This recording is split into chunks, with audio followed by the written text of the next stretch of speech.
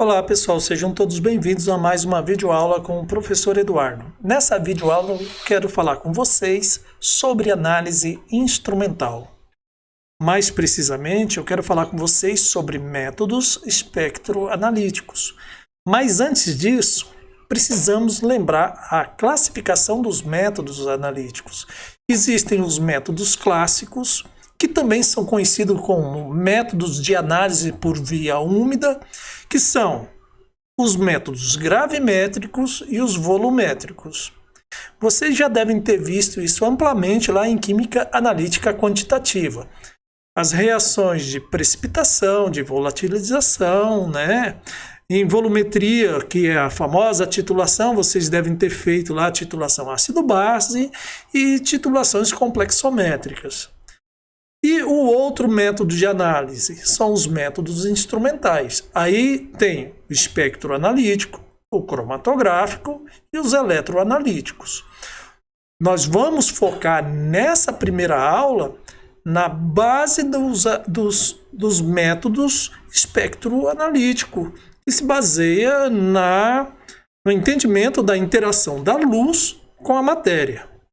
Mas, por falar em luz, quando a gente fala em luz, a gente está falando em ondas eletromagnéticas ou radiação eletromagnética. E o que é radiação eletromagnética? É uma forma de energia que é transmitida através do espaço a grandes velocidades.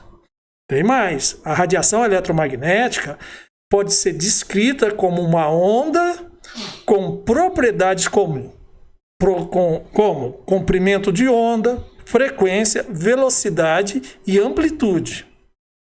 Em contraste com as ondas sonoras, bem diferente, aliás, das ondas sonoras, a luz não requer nenhum meio transmissor. Assim sendo, ela pode se propagar rapidamente através do vácuo. Agora, tem um porém aí. Esse modelo ondulatório da luz falha muito ao explicar os fenômenos associados com absorção e emissão de energia radiante.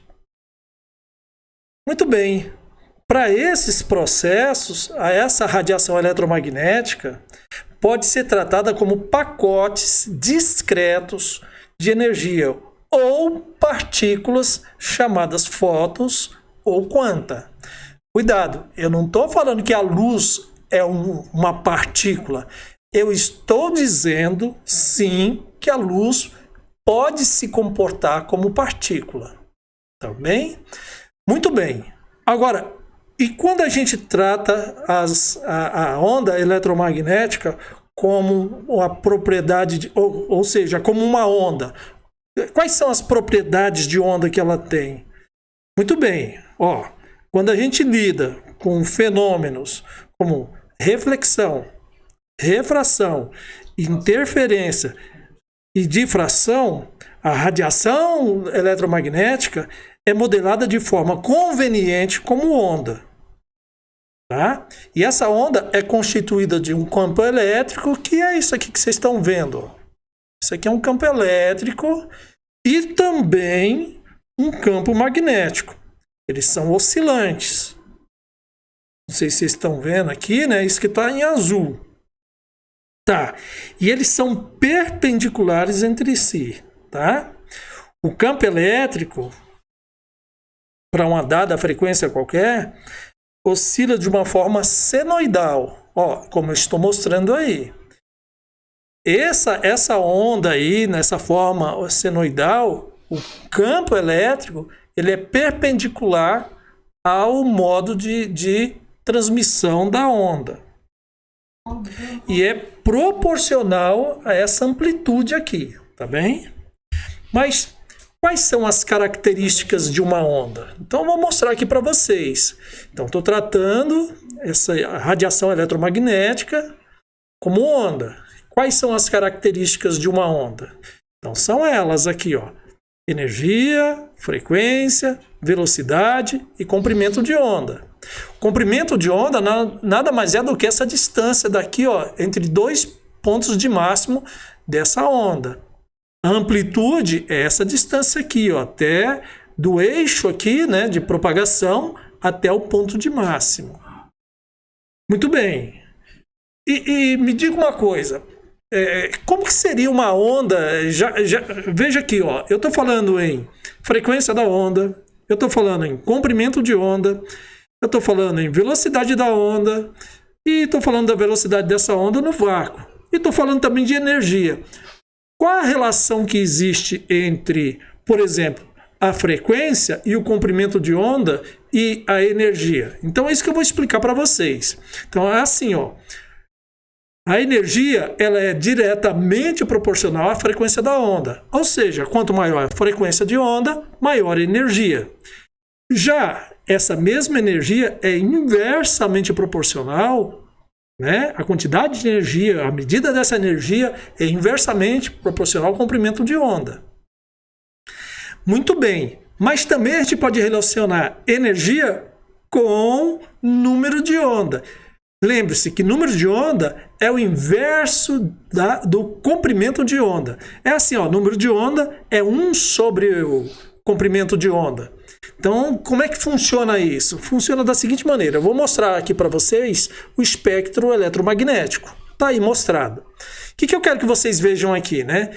Aqui tem uma ampla varredura aqui do espectro eletromagnético. Vai desde comprimento de onda de 10 a menos 7 nanômetros até 10 a 14 nanômetros. Então, assim, é muito distante esse comprimento de onda para esse comprimento de onda aqui. Se você fizer uma continha rápida aí, ó, dá 10 a 22 de diferença. Então, 10 a 22 é um número absurdamente grande. Mas o que nos interessa aqui? Nos interessa o seguinte, falar para vocês assim, ó, que quanto mais para o lado esquerdo aqui, ó, quanto menor o comprimento de onda, maior a energia desse comprimento de onda. Por exemplo, aqui, ó, vamos aqui no espectro do visível, que compreende aqui entre 400 e 750 nanômetros. Está aqui, ó, 400 nanômetros até 750 nanômetros. Esse é o espectro visível ao homem. É nesse comprimento de onda aqui que a gente enxerga.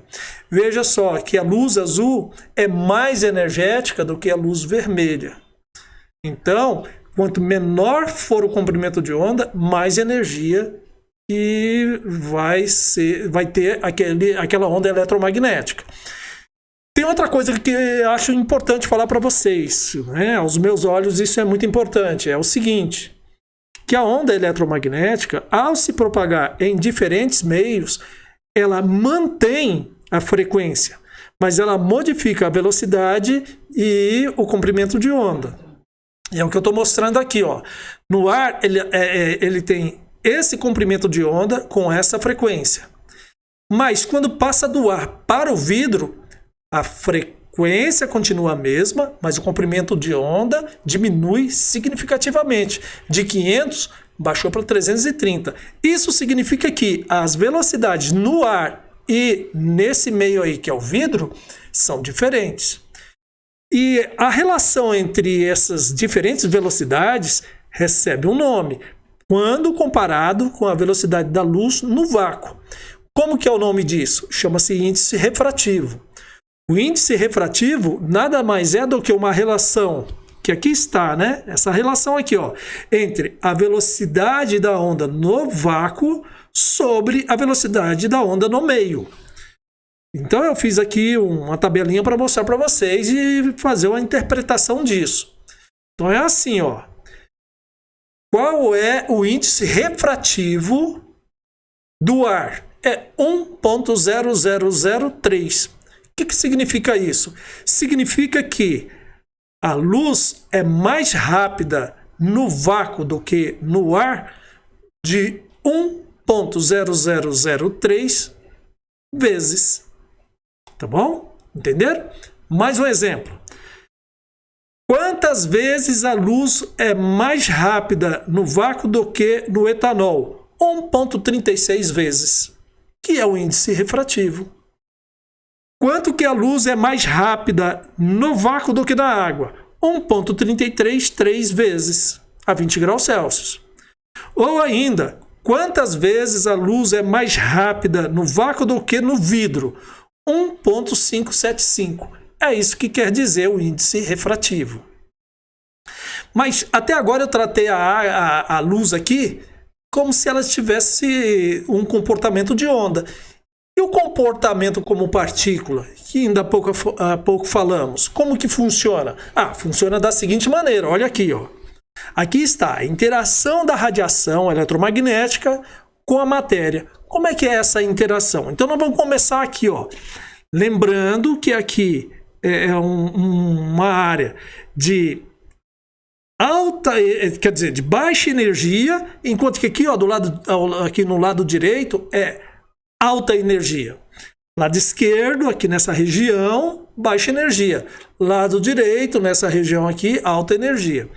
Como é que eu sei disso? É só você olhar o comprimento de onda. Quanto maior o comprimento de onda, mais baixa energia. Aqui, ó, o comprimento de onda nessa região aqui, ó, está em 10 metros, enquanto que aqui no outro lado está muito pequeno esse comprimento de onda, está 100 picômetros. Ou em termos de número de onda, que é um negócio que eu não falei muito com vocês, mas vale a pena falar. Lembre-se que o número de onda é o inverso do comprimento de onda. Então, onde você tem comprimento de onda alto, o número de onda vai ser baixo. E onde você tem comprimento de onda baixo, o número de onda vai ser alto. Ok? E não esqueça que a energia é diretamente proporcional ao número de onda. Mas depois, mais tarde, nós vamos voltar a falar sobre isso. O que eu quero que vocês saibam agora? Que lá no comprimento de onda, em torno de 10 metros, 100 centímetros, 1 centímetro, se uma onda atravessar moléculas nessa faixa de comprimento de onda, com essa energia, o que ele vai modificar lá nessas moléculas? Vai alterar aqui o momento de spin dessa molécula. Agora, se essa faixa de comprimento de onda estiver entre 1 centímetro e 100 micrômetros, o que vai acontecer? Bom, vai ter aqui uma interação que vai acontecer, vai interagir com o modo vibracional da molécula e aqui com o modo rotacional da molécula. Ou seja, aqui ela vai ficar vibrando e vai interagir com essa vibração. Aqui não, a molécula fica rodopiando para lá e para cá, rodopiando. Por exemplo, um exemplo disso aqui seria a água lá no micro-ondas. Então tá. Agora, se essa faixa de comprimento de onda estiver aqui no visível ou no ultravioleta, aí a interação desse comprimento de onda com essa matéria vai ser nos elétrons da ligação. Se for menor ainda o comprimento de onda, vai ser em elétrons mais internos. E se for menor ainda, vai interagir com a configuração nuclear dessa molécula ou desse átomo. Eu tenho aqui uma animação que poderá ajudar vocês melhor a interpretar isso que eu acabei de falar, melhor entender isso que eu acabei de falar. Então, eu vou colocar aqui uma animação para que vocês possam olhar. Então, pessoal, estou fazendo aqui essa animação para vocês verem como é que funciona, né, essa interação de um analito qualquer com a radiação eletromagnética. Então, eu vou colocar aqui água, vou colocar micro-ondas. Depois, faixa de comprimento do micro-ondas, depois na faixa de comprimento do infravermelho, das luzes visíveis, depois do ultravioleta. Veja só como que é isso, né? Só para explicar melhor para vocês aquelas alterações que podem ser feitas na molécula pela incidência de onda eletromagnética. Então, vou usar aqui primeiro a água, olha só. Então, veja que ela altera a orientação da água. Se eu colocar aqui, ó, dióxido de nitrogênio, também altera a orientação. Agora, perceba vocês aqui, ó, o nitrogênio, não acontece nada. Veja que o oxigênio, não acontece nada. Quando você liga lá o micro-ondas sem nada lá dentro, só tem oxigênio e nitrogênio, basicamente, não esquenta, né? O ar não fica quente. É que o ar é principalmente nitrogênio e oxigênio. Dióxido de carbono também não acontece nada. Agora, se eu colocar água lá dentro, ó, vai aquecer porque modifica a orientação da água. Tá? Isso aqui, ó, monóxido de carbono também modifica. Tá. Agora vamos falar sobre o infravermelho. Nessa faixa de comprimento de onda, veja, o fenômeno é diferente. Vocês viram? O que modifica é o estado vibracional da molécula. Tá vendo? Ó, quer ver? Ó, o gás metano aqui. Tá? Agora perceba vocês que o oxigênio não acontece nada. Quer ver? Ó? Tá? Nessa faixa de comprimento de onda aqui não está acontecendo nada com o oxigênio. Mas com o gás metano modifica alguma coisa. Depois eu vou explicar para vocês detalhadamente por que isso acontece. Tá? A água também modifica o estado vibracional da água. Mas tá. Agora, o bem interessante mesmo é o visível. Olha só. Tipo de... O que acontece? Ó? Tá vendo? Essa faixa de comprimento aí, que é o amarelo, olha só o que está acontecendo. É bem diferente da micro-ondas, né, na faixa de comprimento de ondas do micro-ondas, do infravermelho, agora o visível. Agora preste muita atenção no ultravioleta.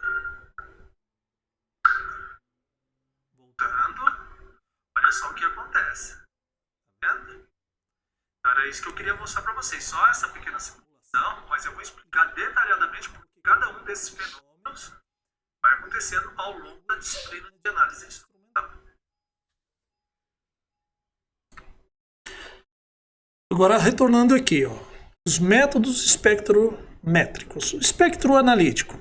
Então tem aqui, ó, emissão de raio-x, que é nessa faixa de comprimento, absorção e emissão, absorção do ultravioleta no vácuo, absorção e emissão de fluorescência no ultravioleta visível, absorção no infravermelho e espalhamento Raman. Depois nós vamos ver o que é isso. Absorção de micro-ondas, ressonância de espinha eletrônica e ressonância magnética nuclear. Então nós vamos ver grande parte disso aqui, ó. Isso que está em azul aí, ou verde, sei lá, essa cor aí. Mas o que nós vamos ver agora vai ser isso aqui. Absorção no ultravioleta de vácuo e absorção e emissão de fluorescência no visível. Agora, preste bem atenção nisso aqui, ó, que eu vou explicar agora para vocês. Isso aqui é muito fácil, mas a gente tem que saber, para saber a nomenclatura correta de todo o processo da espectroscopia molecular. Então, vamos lá. Aí tem um modo E1 e um modo E2, tá? Isso aí pode ser um modo vibracional, pode ser um modo rotacional e pode ser também a diferença entre dois elétrons. Então, tá. Se for um modo vibracional, vai ser infravermelho. Se for um modo rotacional, né, ou modo de spin nuclear, poderá ser ressonância magnética nuclear. Ou poderá ser dois estados eletrônicos. Aí a gente chama de UV visível. Tá?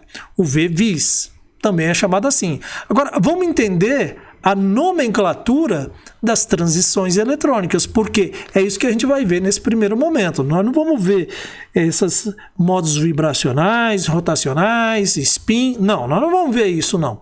Nós vamos ver o seguinte, ó.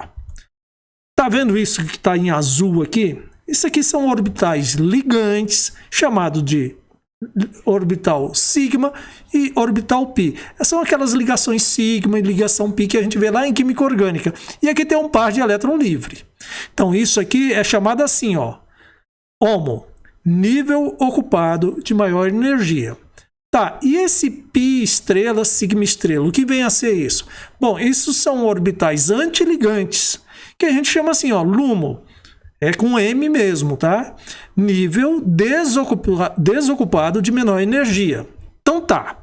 Então, tendo isso em mente, olha só as possíveis formas de acontecer uma transição eletrônica. Então, a primeira delas é uma transição sigma-sigma estrela, que dá essa diferença de energia aí, bastante grande.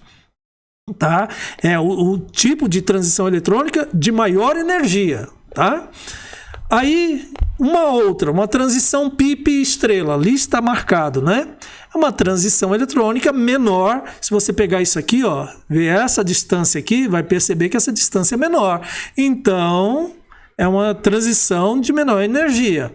Mas também existe a NP estrela, que é de menor energia ainda. Quando um elétron lá do par de elétron não ligante, lá, um par de elétron livre, vai desse nível de energia N para um π estrela.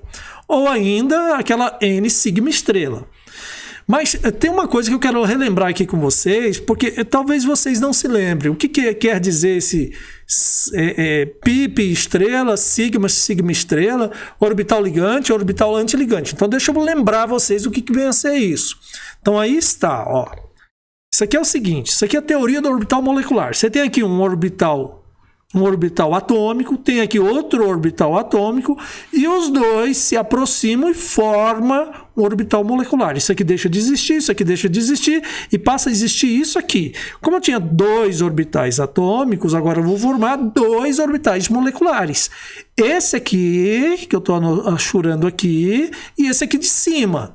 Esse aqui, ó, é chamado orbital π ligante. E esse aqui, π antiligante. O antiligante a gente representa por π estrela. Tá? Mas isso aqui é assim, é um exemplo que eu dei de orbitais π. Agora eu vou dar um exemplo de orbitais sigma ligante e sigma antiligante.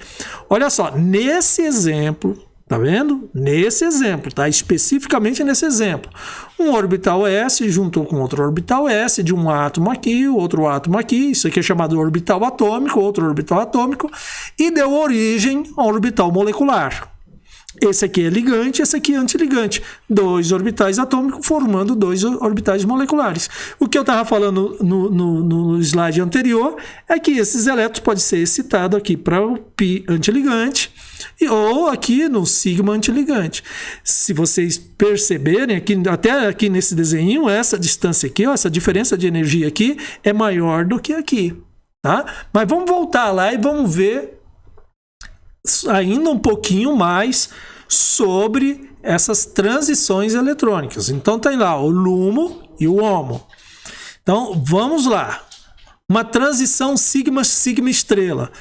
Quem é que principalmente sofre esse tipo de transição? Ligações carbono-carbono. Só que a quantidade de energia que você tem que fornecer é muito alta, tá?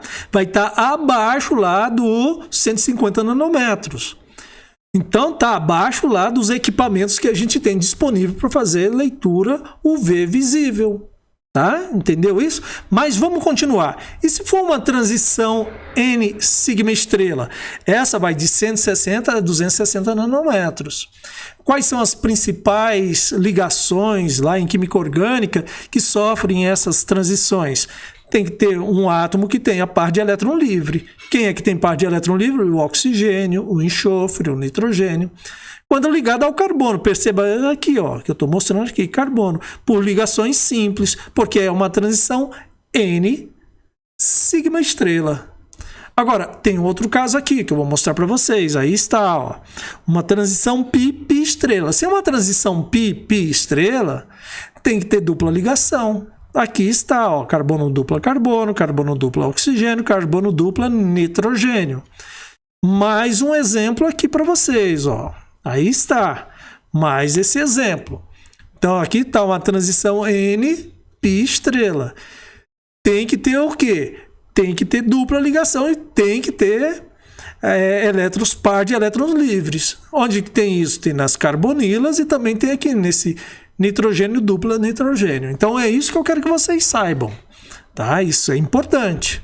Agora, o que eu quero mostrar para vocês? Os tipos de medidas espectrofotométricas. O que a gente pode medir? Então, vamos ver o que a gente pode medir. Vamos lá. Tem uma técnica chamada fotoluminescência, que é a fluorescência e a fosforescência.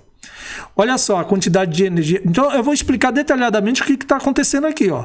Você tem aqui uma radiação incidente e tem uma radiação transmitida. Então, parte dessa luz que entra, ela sai e vai embora, não acontece nada. Mas parte dela, veja só, esse tamanho aqui, essa largura aqui, é menor do que aqui. Porque parte dessa luz foi absorvida e promoveu uma reação qualquer aqui. E teve esse espalhamento de luz para tudo quanto é lado. Tá? Então o que acontece aqui? O que está acontecendo aqui? Está acontecendo o seguinte: você incide, né? Você tem uma luz incidente aqui que faz com que ocorra essa transição eletrônica aqui, de 0 para 1 ou de 0 para 2. Então tá bom. E aí ocorre uma reação, uma quimioluminescência, enfim, acontece uma reação de fluorescência ou fosforescência. Muito bem, e aí essa luz aqui, ó, vai ser emitida, tá? Esse aqui. Ou essa luz aqui é emitida, ou ainda essa luz aqui é emitida, tá bom? E parte dessa energia radiante que foi incidida aqui também pode ser perdida na forma de calor, em outras coisas que não sejam fótons, tá? Muito bem. Agora, vamos ver o que aconteceu, o que esse gráfico aqui está representando, tá? Então, está representando o seguinte, tá vendo essa transição aqui, ó, de 2 para 1? Aqui, ó, transição de 2 para 1. É a menorzinha. Se ela é a menorzinha, ela tem que estar lá na faixa de comprimento de onda maior. Olha, a altura desses picos aqui não tem nada a ver com o comprimento de onda, tá? Isso aqui, essa intensidade aqui, depois a gente vai falar sobre isso. Eu quero só que vocês associem o comprimento de onda com o tamanho dessas setinhas aqui. Olha, então a setinha 2,1 é a menorzinha. Por isso que está lá em comprimentos de onda maior. Agora, a segunda setinha aqui, ó, em tamanho é essa aqui, ó, que vem de 1 para 0, que está sendo mostrada aqui, ó. Então, essa aqui tá lá, é a menorzinha, então estava em comprimentos de onda maior. Aí essa aqui é um pouco maior, então tem um pouco mais de energia, por isso que está aqui nessa mais à esquerda. E essa número 2 aqui, ó, que vem de 2 para 0, tá vendo aqui, ó, lambda 2? É essa daqui, ó, lambda de 2 para 0. Por que ela está aqui nesse lugar aqui? Por que ela está mais à esquerda? Porque é que tem maior energia, tá bom? Então tá, agora vamos a outro caso aqui, a quimiluminescência. Veja só aqui, ó. Tem uma luz que está sendo incidida aqui, nenhuma luz, radiação transmitida, e tudo foi transformado em luz. Tá? Então é assim, ó. Esse estímulo aqui, eu falei ainda há pouco, luz que foi incidida, né? Não é luz. Alguma forma de energia. Pode ser energia térmica, pode ser energia elétrica, enfim, foi incidido aqui, ó, alguma forma de energia. Essa energia é toda ela transformada e repassada, né? Sofre um processo químico qualquer e emite luz. Tá vendo essa setinha aqui que é não constante, né? Pontilhada, né? Não estava lembrando da palavra pontilhada. Então tá aqui, ó, não pontilhada. O que significa isso? Que isso aqui foi alguma forma de energia não luminosa. Aí o que aconteceu? Essa amostra sofre algum tipo de quimiluminescência e aí emite luz nessa faixa de comprimento de onda, ou nessa faixa aqui de comprimento de onda, ou ainda nessa faixa de comprimento de onda. Qual vai estar mais à esquerda? Vai ser essa aqui, ó, essa transição que foi chamada de transição número 2. Tá? Qual que vai estar mais à direita? Essa menorzinha aqui, que vai ser chamada de 2,1. Tá? E essa aqui é a intermediária, que é chamada de número 1. Tá bom? E aí, um outro tipo de medida espectroscópica é essa daqui, a de absorção. Veja que nisso aqui, ó, tem a amostra emite luz, aqui a amostra emite luz. Nesse caso aqui, ó, a amostra não vai emitir luz. Toda a luz, toda a radiação incidente pode ser absorvida e parte dela vai ser transmitida. Olha como é que a gente mostra, tá vendo? Ó, não tem uma setazinha para baixo como tem aqui. Só tem a setinha contínua para cima, mostrando o quê? Que essa luz está sendo absorvida. E a luz transmitida não é da amostra, é parte da luz que incidiu que não foi aproveitada, digamos assim, entre aspas, né? Então tá, como que é esse gráfico? Muito bem, qual que é a setinha maior? A setinha maior vai ser a setinha número 2. Por isso que ela está mais aqui à esquerda, porque quantidade de energia maior. Então tem que estar numa faixa de comprimento de onda menor, porque comprimento de onda e energia são grandezas inversamente proporcionais. Vamos detalhar isso aqui mais um pouquinho aqui, ó. Então aí está, né? Então assim, você pega lá uma amostra, passa a luz pela amostra, parte dessa luz vai ser transmitida e assim é criado o gráfico, tá bom? Desse jeito aqui, ó, lambda 1 é a maior, assim, digamos assim, maior comprimento de onda porque é menor energia, e lambda 2 é menor comprimento de onda porque essa aqui, ó, é maior, tá bom? Então tá, tendo entendido isso, deixa eu mostrar para vocês o típico espectro de absorção. Então, um espectro de absorção típico é esse aqui, ó. Então, vamos falar sobre ele, tá? Então é assim, ó. Aqui vai vir a absorção, tá? E aqui vem um comprimento de onda, tá bom? E ele é assim, é uma banda desse jeito que você tá vendo, desse jeito, tá? E sempre tem um ponto de máximo. Isso aqui a gente diz que é a máxima absorção, tá? Onde ocorre a máxima absorbância. Veja que na varredura não é todo o gráfico que tem um ponto de máximo, né? Tem um comprimento de onda que tem a máxima absorção. E isso aqui é muito importante. Tá, mas como que é esse processo de absorção? Por que é assim essa banda toda assim cheia? Bom, vou explicar isso para vocês agora. Então aqui está, ó. Aqui está de novo aquele gráfico, quer dizer, aquele gráfico de energia. E aqui tem assim, ó, elétron no momento, aqui, ó, nessa quantidade de energia E0, nessa quantidade de energia E1 ou nessa quantidade de energia E2. Então, o que a gente vai falar para vocês? A gente vai falar das possíveis transições que podem acontecer. Então, essa energia que eu estou mostrando aqui, ó, essa energia total de um sistema, é assim, ó. A energia total é a energia eletrônica, mais energia vibracional, mais energia rotacional. Não podemos esquecer isso, tá? Uma molécula, ela tem energia eletrônica, mas ela tem a vibração e tem também a rotação. Isso é uma molécula, tá? A gente está vendo o espectro de uma molécula. Então é assim que lá vai ter a contribuição para a energia total, a contribuição eletrônica, vibracional e rotacional. Aqui, nesse desenho aqui, está sendo mostrado, ó, as energias eletrônicas representadas por E0, E1 e E2.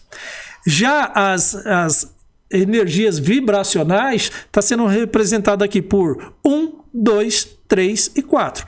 Todos eles aqui, tá?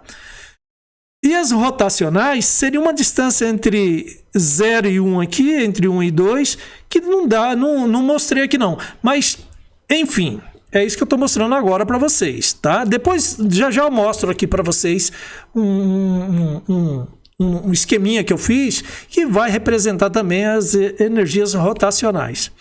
Agora, olhe para esse gráfico que eu estou mostrando agora para vocês. Olha só que diferente que ele é daquele que eu coloquei anteriormente. Por que ele é assim? Olha só. Essa molécula aqui, que é essa molécula aqui que eu estou mostrando aqui para vocês, tá vendo? Essa molécula foi feito, então, um gráfico de absorbância lá no equipamento, de absorbância em função do comprimento de onda. Estava ele aqui no estado de vapor, aqui estava em solução de hexano, e, portanto, um solvente apolar, e aqui em solução aquosa, um solvente polar, né? Por que esse gráfico é assim em pontas? E por que esse aqui já é mais arredondado? E por que esse aqui é totalmente arredondado, né? Bom, isso aqui, quando está em fase de vapor, ele vibra e gira livremente. Já aqui não gira livremente. E aqui os modos vibracionais são modificados por causa da interação entre essa substância e o solvente. Deixa eu explicar isso mais detalhadamente aqui para vocês. Ó. Então tá aqui, ó. Aqui estão de novo os modos eletrônicos, né? A energia dos elétrons, E0, E1 e E2. E aí tem aqui, ó, os modos vibracionais. Então deixa eu explicar para vocês esses modos vibracionais. Você pega uma molécula como essa, ela pode vibrar da seguinte maneira, ó. Pode vibrar assim, tá vendo? Ó? Essa ligação aqui vem para baixo, esse átomo que está aqui na ligação vem para baixo e o outro vai para cima. Esse é o modo vibracional. Aqui é outro modo vibracional que pode acontecer, os dois átomos irem para cima. Ou um vem para cá, o outro também vem para cá, como se estivesse puxando para frente. Ou um vai para baixo e o outro vem para frente. Ou os dois pegam e sobem assim. Então são são modos vibracionais que a gente vai ver lá em infravermelho, vocês vão entender isso legal. Então aí tem essas diferentes formas de vibração nessa molécula hipotética que eu coloquei ali para vocês. Mas também tem os modos rotacionais, que é isso aqui, ó, né? Tem aqui um momento, então ele tem uma rotação em torno desse momento. Então esses são modos rotacionais. Agora, o que é mais importante aqui é que vocês vejam o seguinte, que a diferença de energia entre os modos energéticos nos elétrons, a energia eletrônica, é de 100 kJ. Já a diferença de energia entre os modos vibracionais é 1 kJ. E os rotacionais é 0,01 kJ. Então são muito diferentes, por isso que não deu para mostrar naquele gráfico anterior. Então é assim, ó, se esses modos só tem modo eletrônico, aí o que vai acontecer? Você vai fazer uma excitação de 0 até 1, não vai ter modos vibracionais, vai sair aqueles gráficos em linha reta, tá? Quer ver? Eu vou mostrar aqui para vocês um gráfico desse, tá aqui, ó. Uma absorção atômica. Por quê? Não é uma molécula que eu estou tratando ali. Se só tem se só tem elétron, não tem modos vibracionais e rotacionais, então eu só estou tendo absorção atômica só. Então dá essas linhas muito bem definidas. Tá? É isso que eu quero dizer. Agora, voltando lá, né? Se tiver isso aqui, ó. Se tiver transições aqui, ó, transições de modos vibracionais e transições de modos rotacionais, veja que eu mostrei só 3, vocês viram que tem muito mais que 3. Aqui eu só mostrei 2, mas tem muito mais que 2. Então, se juntar esses modos a esse modo eletrônico, igual eu estou mostrando agora, ó, tem vários modos. O que vai acontecer? Quando ocorrer a absorção, for construir o gráfico, ao invés de sair esses gráficos de linha, vai sair um espectro como esse aqui. Um espectro que representa os vários modos vibracionais, rotacionais e eletrônicos, mais a interação com o solvente. É isso que eu estou querendo dizer, tá bem? Agora, esses espectros, eles têm algumas características muito peculiares, que eu vou mostrar agora nesse próximo slide para vocês. Então, dê uma olhada nisso aí. Ó. O que eu fiz aí? Eu fiz 3 diferentes espectros e juntei os 3 em uma só folha. Aí estão elas, tá? Então, aí tem um ponto de máximo, outro ponto de máximo e um terceiro ponto de máximo que está aqui embaixo, aqui, ó, nesse pretinho aqui. Deixa eu só mudar isso aqui para isso aqui, tá? Então é assim, ó, a amostra original deu um ponto de máximo mais ou menos aqui, ó, nesse ponto aqui, ó, essa absorbância máxima. E aí o que aconteceu? Eu fiz alguma coisa e deu um ponto de máximo superior. Antes estava aqui, agora está lá em cima. Como é que é chamado isso? Efeito hipercrômico. Mas eu também posso pegar essa mesma amostra, fazer uma outra coisa e acontecer isso aqui. Esse efeito é chamado de quê? Efeito hipocrômico. Quem é responsável por esses diferentes efeitos? Existem duas coisas responsáveis por isso. A absortividade e a concentração. Professor, o que vem a ser absortividade? A absortividade seria assim, falando bem de uma maneira bem resumida. Depois nós vamos ver detalhadamente lá quando eu for falar sobre a lei de Lambert-Beer.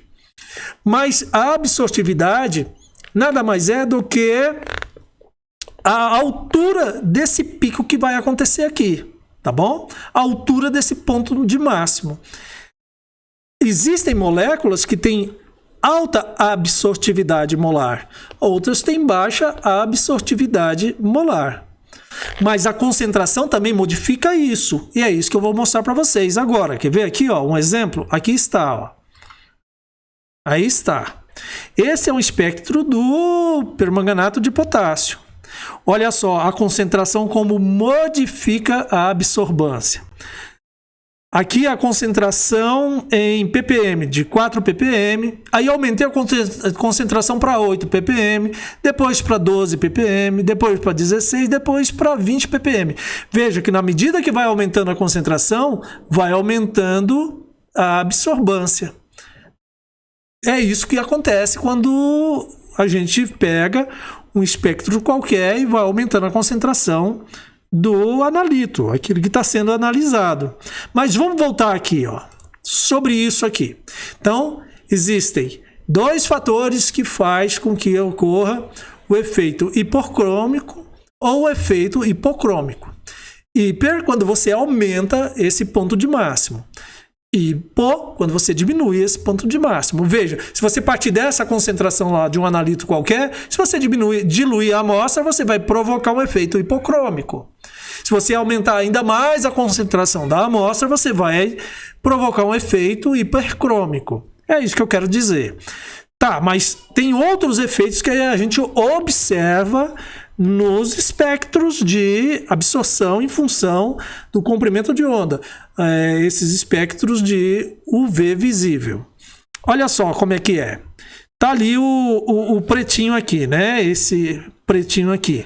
Agora, o que pode acontecer? Pode acontecer o seguinte, eu deslocar aqui o ponto de máximo que estava aqui no comprimento de onda ali em torno de 630 por aí, não sei exatamente, não importa isso, né? Mas teve um deslocamento aqui para a direita. Esse deslocamento que dá para a direita está indo em direção ao vermelho. Lá no espectro está indo em direção ao vermelho. Então a gente chama de batocrômico, porque está indo para o vermelho, né? Batocrômico. Ou ainda pode acontecer o seguinte, vira aqui pro azul, essa cor aqui que eu esqueci o nome. Então o que acontece? Aí a gente chama esse efeito de efeito hipsocrômico. Agora, quais são os fatores que determinam se vai acontecer um efeito batocrômico ou hipsocrômico? Tem dois fatores, do cromóforo e do solvente. Então, o que eu tenho que fazer agora com vocês? Eu tenho que explicar para vocês o que é esse efeito do cromóforo. Então, vamos lá. Olhe para isso aqui. A primeira coisa que eu quero mostrar para vocês, então, é o seguinte. O efeito de um solvente nesse deslocamento, tá? Então, vamos lá. O que eu tenho aqui? Aqui eu tenho um sisteminha com um solvente prótico e aqui com um sistema aprótico. Então, essa transição aqui, ó, no meio prótico, veja só como que é, ó. Daqui até aqui, essa variação de energia é maior do que essa daqui, ó. Eu estou falando das transições N-pi estrela. Então, olha só o que vai acontecer. Isso aqui é menor do que esse aqui, tá bom? Então, agora, dê uma olhada nisso que eu vou mostrar para vocês. Isso aqui é o seguinte, é o deslocamento produzido pelos solventes na transição N-pi estrela da acetona. Muito bem, olha só o que aconteceu. Quando o solvente utilizado na acetona, para fazer esse gráfico, para fazer um gráfico de absorbância em função do comprimento de onda, né, do que foi utilizado água, o que aconteceu? O lambda máximo estava em 264,5. Quando trocou a água por metanol, subiu para 270. Quando trocou o metanol em etanol, foi para 272. Ou seja, está tendo o efeito batocrômico, porque está deslocando para o vermelho lá do espectro eletromagnético. Aí quando usou clorofórmio, que está aqui, ó, foi para 277. E quando usou hexano, foi para 279. Qual é a característica da esquerda para a direita em relação a esses solventes? Em relação a esses solventes está diminuindo a polaridade nesse sentido, e aqui, ó, deixou de ser solventes próticos. Mas por que o solvente prótico diminui e o solvente prótico aumenta lá essa variação de energia? Ou seja, isso aqui dá um efeito lá para o hipsocrômico. Bom, deixa eu mostrar. Isso aqui é só um gráfico mostrando essas diferenças aqui, tá? Mas deixa eu mostrar aqui o que acontece com a acetona quando está na presença de água, ou de álcool, ou de etanol. Forma uma ligação de hidrogênio. Se forma uma ligação de hidrogênio, esses elétrons que estavam lá livres, soltos, estão agora presos por essa ligação de hidrogênio. Por isso que a energia aqui, ó, nesse caso, é maior do que nesse caso aqui. Tá bom? Então é assim, ó. Esse efeito aqui, ó, do solvente prótico para o solvente aprótico é um deslocamento que a gente chama de batocrômico. O contrário é o deslocamento hipsocrômico, que é do vermelho para o violeta, tá bom? Tá, mas, professor, você ainda não falou que são cromóforos. Tá, deixa eu falar agora então o que são cromóforos. Tá vendo a acetona aqui, ó? Isso aqui é a acetona, tá? Muito bem, se eu tivesse feito um gráfico aqui, um espectro de absorbância em função do comprimento de onda, não da acetona, mas sim do propano, CH3, CH2, CH3, o que ia acontecer? Sabe o que ia acontecer? Não ia dar nada, ia ficar retinho aqui, tá? Nada. Não ia acontecer nada, ia ficar reto. Por quê? Porque não tem dupla carbono-carbono, e nessa faixa de comprimento de onda, entre 190 e 290 nanômetros, vocês viram ainda há pouco comigo, se quiser eu posso voltar lá, mas... Enfim, vocês viram ainda há pouco comigo que só tem um modo de transição aqui eletrônico, que é do sigma para sigma estrela. E esses modos de transição sigma-sigma estrela é de muita energia. Então tem que ser assim, ó, bem abaixo do 190. O que não acontece nesse equipamento. Então, quando a gente coloca algum átomo ou grupo de átomo que faz com que apareça bandas na faixa de comprimento de onda do ultravioleta e do visível, esse grupo de átomo ou átomo insaturado recebe o nome de cromóforo, tá bom? Então é assim, ó. Por exemplo, alguns cromóforos aqui conhecidos, ó. Se ligar o grupo OH, o CH3, por exemplo, tá? Esse R aqui é um alquila qualquer, tá? Então aqui, ó. O grupo OH, ele vai fazer com que ocorra uma transição N sigma, quer dizer, um par de elétron livre, né? N sigma estrela. Já esse aqui, ó, se for um éter, N sigma estrela também é 180 nanômetro. Se for um grupo amina, também é uma transição do tipo N sigma estrela a 190 nanômetro. É claro que você não precisa gravar decorar esses números. Eu só estou explicando para vocês o que é um cromóforo. É um grupo insaturado covalente responsável pela absorção eletrônica. Tá bem? É isso que eu quero que vocês saibam. E esses números aqui, ó, que é a absortividade molar. Isso aqui só para dizer que isso aqui vai ser menos intenso do que esse vai ser igual a esse. A altura desse pico aqui que vai ser, em alguns casos, maior, em outros casos menores. Por exemplo, o grupo nitro vai ser bem pequenininho, enquanto que o grupo NH2 vai ser grande, né? A absortividade molar dele é maior. Tá bom? É só isso que está sendo informado. Agora, para entender ainda melhor esse conceito de cromóforo, olha aqui, ó, o que acontece. Tá vendo isso aqui? Isso aqui é o benzeno. Ó, bastante insaturado, né? Só que ele não tem cor. Se você chegar lá no laboratório e pegar uma amostra de benzeno, você vai ver que não tem cor. Mas se você pegar o nitrobenzeno, você vai ver que ele é levemente amarelo. É isso que é um cromóforo, né? Que provoca aparecimento de uma cor. Isso é um cromóforo. Agora, se eu pegar esse mesmo nitrobenzeno e colocar aqui, ó, nessa posição grupo OH, olha só o que acontece quando eu coloco um grupo OH nessa posição. Isso aqui fica mais amarelo ainda e mais intenso. Porque isso aqui não estava amarelo, né? Era assim, vindo para o amarelo. Isso aqui, ó, deslocou, teve um deslocamento e ficou para o comprimento de onda do amarelo e ficou um amarelo intenso. Muito bem, aquilo dali, ó, que provocou esse aumento na intensidade da coloração é chamado de oxocrômio. Oxocromo é aquilo que evidencia a cor, né? Aquilo que faz com que a cor fique mais evidente. Então é assim, o que é um oxocromo? É um grupo saturado que, quando ligado a um cromóforo, não diretamente ao cromóforo, tá? Mas enfim, quando ligado a um cromóforo, altera tanto o comprimento de onda como a intensidade da absorção.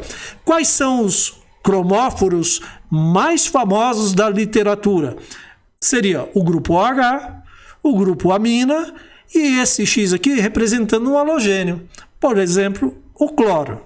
Então tá. Então esses são os conceitos de cromóforo e de oxocromo.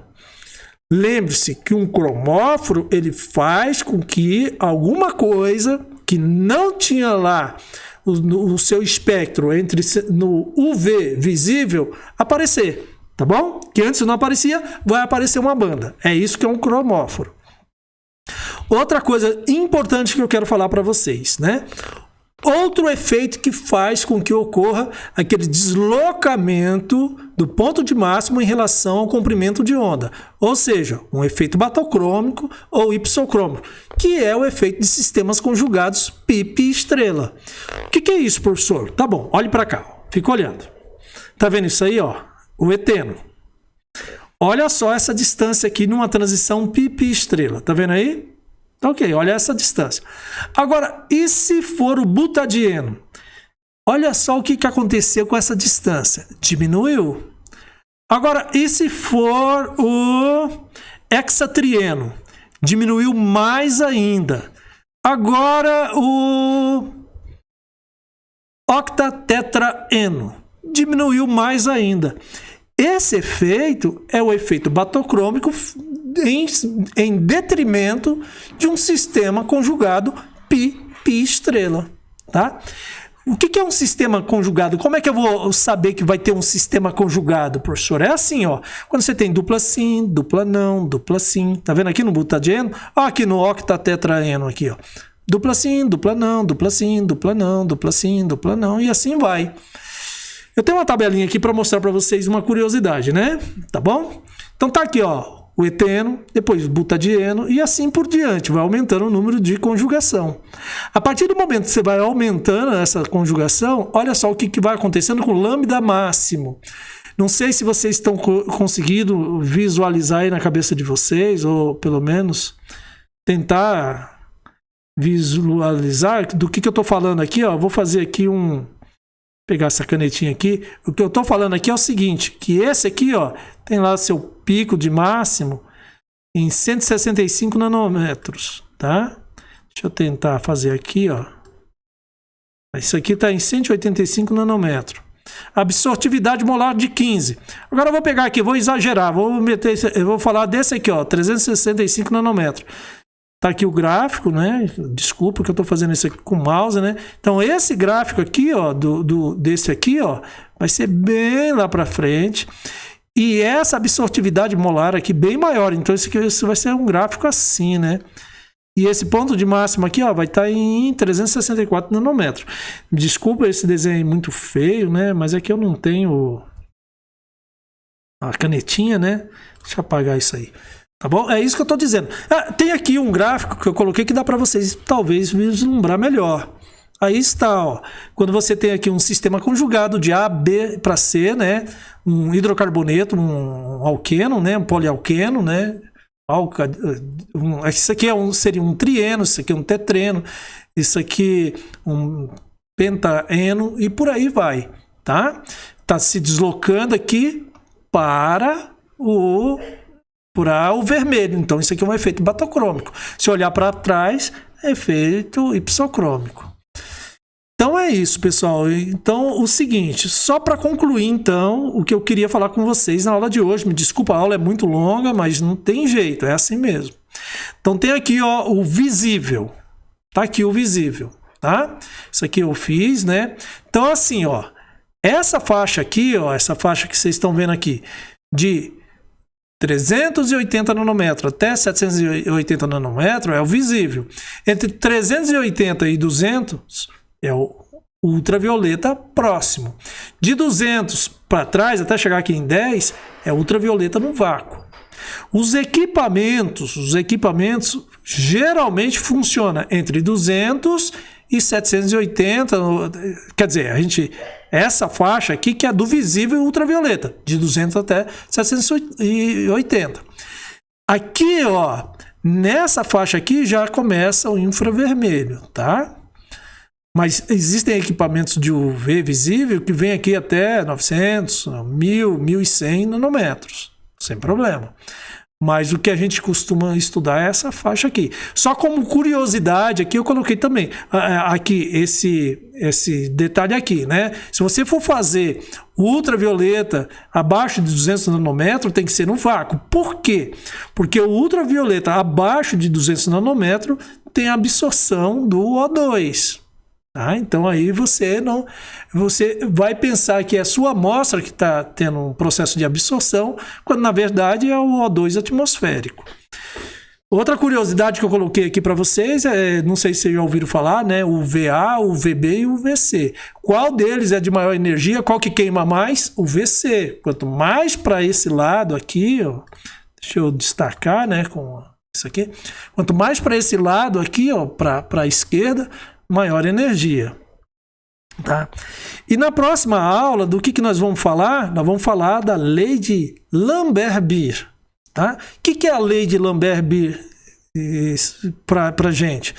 Nada mais é do que fazer análise quantitativa de amostra baseando-se no gráfico, né? Num gráfico de ultravioleta visível, absorbância em função do comprimento de onda, enfim. Na próxima aula eu explico isso bem direitinho para vocês. Então era isso que eu queria dizer para vocês hoje. Se vocês gostaram, dá um joinha aí pro professor, né? Me avisa que tá ficando bom. Se tiver qualquer tipo de pergunta, por favor, deixa aí no comentário do vídeo ou entre em contato comigo via nosso grupo do WhatsApp. Um abraço a todos e até a próxima aula.